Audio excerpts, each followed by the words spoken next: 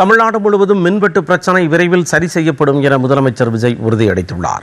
ஆளுநர் உரைக்கு நன்றி தெரிவிக்கும் தீர்மானம் மீதான விவாதத்திற்கு முதலமைச்சர் விஜய் பதிலுரை அளித்தார். அப்பொழுது ஷூட்டிங்கில் இருந்து நேராக சட்டப்பேரவைக்கு வந்து முதலமைச்சரானதை போல் சிலர் பேசுவதாகவும், ஒவ்வொரு வீட்டிலும் இதயத்திலும் இடம் பிடித்ததால் முதலமைச்சரானதாகவும் தெரிவித்தார். மின்வெட்டு நிலைமை விரைவில் அறவே நீக்கப்படும் என்ற முதலமைச்சர் மின் தடையை சரி செய்ய 10 உயர்மட்ட கண்காணிப்பு குழுக்கள், 125 சிறப்பு மின்தடை நீக்க ரோந்து வாகனங்கள் வழங்கப்பட்டு 24 மணி நேரமும் கண்காணிக்கப்படுவதாக கூறினார்.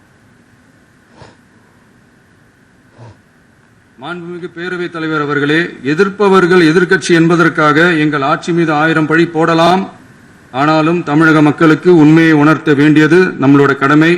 மின்வெட்டை பொறுத்தவரை தமிழ்நாடு மின்மிகை மாநிலமாக இருந்தாலும் கடந்த காலங்களில் ஏற்பட்ட நிர்வாக குளறுபடிகளும் மின்சார சாதனங்கள் மற்றும் மின் மாற்றிகளில் ஏற்படும் பழுதாலும் வேண்டுமென்றே சிலரின் நடவடிக்கைகளாலும் இந்த மின்வெட்டிற்கு காரணமாக உள்ளது. மின் விநியோக மீட்பு நடவடிக்கைகளை ஒருங்கிணைப்பதற்காக எதிர்பாராமல் இரவு நேரங்களில் ஏற்படும் மின் தடங்களை விரைந்து சரி செய்வதில் 10 உயர்மட்ட கண்காணிப்பு குழுக்கள் மற்றும் 125 சிறப்பு மின் தடை நீக்க ரோந்து வாகனங்கள் வழங்கப்பட்டு 24 மணி நேரமும் கண்காணிக்கப்படுகிறது. கூடுதலாக தற்போது 77 புதிய மின் தடை நீக்க மையங்களும் உருவாக்கப்பட்டுள்ளன. விரைவில் இந்த மின்வெட்டு நிலைமை அறவே நீக்கப்படும்.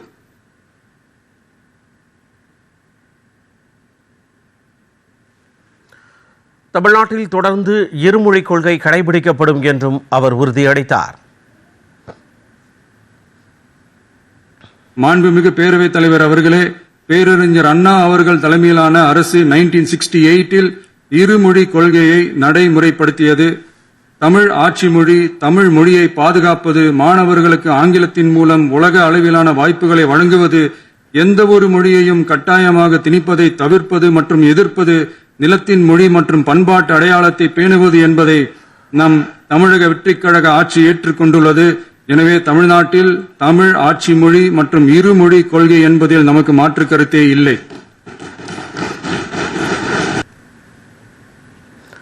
தொடர்ந்து டாஸ்மாகில் கட்சி நிதி என்ற பெயரில் அடித்த கொள்ளையை கஜானாவில் சேர்த்து வருகிறோம் என முதலமைச்சர் விஜய் பேசியதற்கு திமுகவினர் கடும் எதிர்ப்பு தெரிவித்தனர்.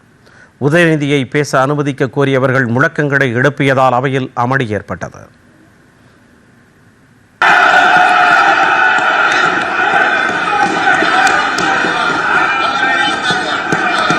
முதலமைச்சர் கண்டிப்பாக பண்ணலாம். மாண்பு முதலமைச்சர்